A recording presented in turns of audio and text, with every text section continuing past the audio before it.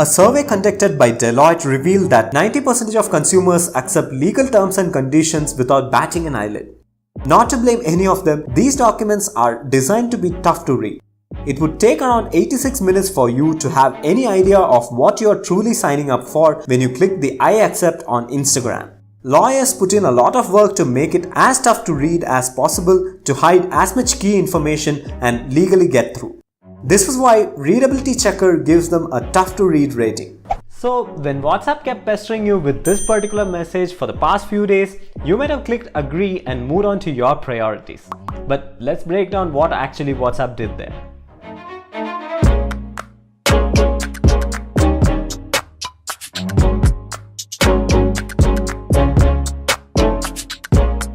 WhatsApp messages, as you know, are end-to-end encrypted. This means that messages are scrambled in your device using an algorithm that requires a private key and a public key which only the sender and receiver have. To put it simply, it is like sending something through FedEx, putting it in a locker for which only the receiver has a key. FedEx knows that something is being shipped by you to the receiver, but they have no way of knowing what it is. Fortunately, the new terms and conditions doesn't say that WhatsApp will read your messages, because mathematically they just cannot.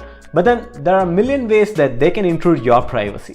WhatsApp will now start collecting your phone number, your address book information, your status, transactions, and payments data.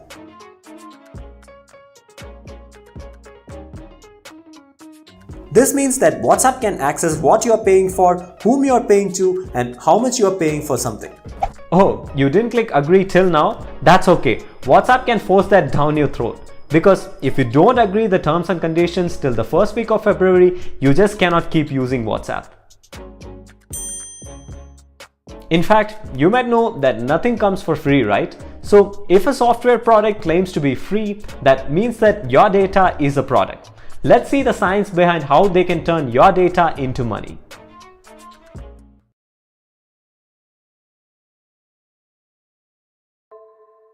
Have you lately heard that data is the new oil? When there is enough data about people, you can profile them. By profiling them, you can identify the preferences, interests, and even predict their behavior based on that. Using that information, companies can target ads to you.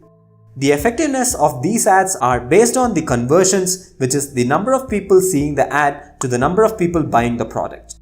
So here's how the math goes. The number of people seeing an ad multiplied by the conversion rate is the number of people buying the product.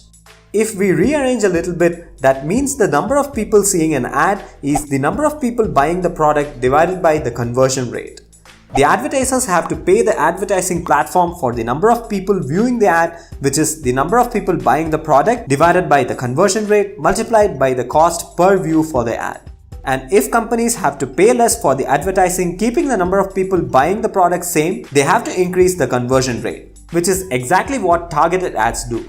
You see, in the good old days, ads were not personalized, which means that the TV ad that you might see during a cricket match is watched along with you by millions of other people. Whether it is a product made for a teenager or a baby boomer, a product available in a specific area or the whole country, or a product that is made for a female or a male, it is just seen by everybody. And the conversion rate is obviously very low because people who are interested and not interested are watching the ads, and the advertisers end up paying for everybody. With enough data about you, companies can now know your interest, age, gender, and so on, and then target the ads specifically based on your taste. This increases the conversion rate and thereby decreases the total cost of the ad campaign without any change in the number of people buying the product. For example, putting an average of 1 rupee per view, if 5 people have to buy the product with a conversion rate of 1%, the ad has to be shown to 500 people, giving a total cost of 500 rupees for the ad campaign. But if this campaign is replaced with a targeted ad campaign with a 5% conversion rate, the total number of people viewing the ad can be reduced from 500 to 100, reducing the total cost to 100 rupees. That's how effective targeted ads are. In 2014, Facebook bought WhatsApp for $19 billion. That's billion with a B in it, and it's obviously a lot of money. WhatsApp, as you might know, doesn't show ads even now, but before WhatsApp was purchased by Facebook, it had a yearly fee of around $1 from its users. That amounts to around $200 million in revenue for the company. After buying WhatsApp, Facebook made it a free service, losing the $200 million revenue. This might seem like a not so intelligent decision to do, but then it was still made because of the underlying treasure, which is once again your data.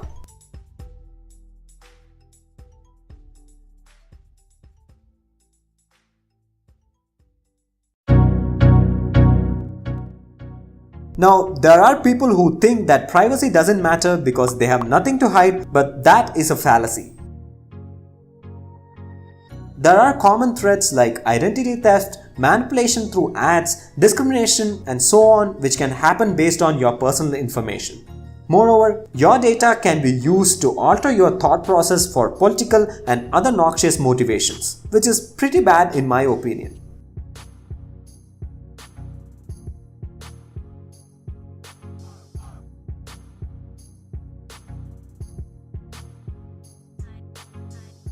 So what are the solutions for this particular problem? The fact is, there aren't any.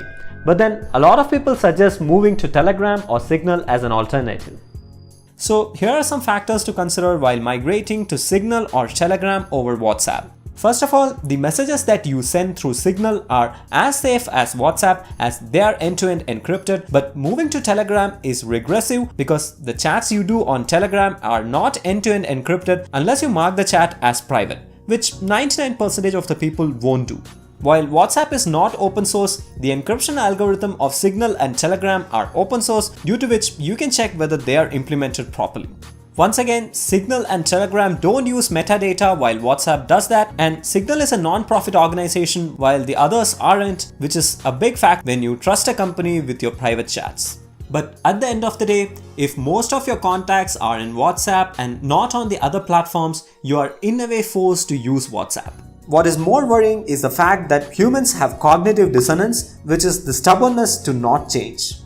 Due to this, most of the newcomer in the instant messaging service remain unpopular, and hence fewer people migrate to them because they can't find their friends.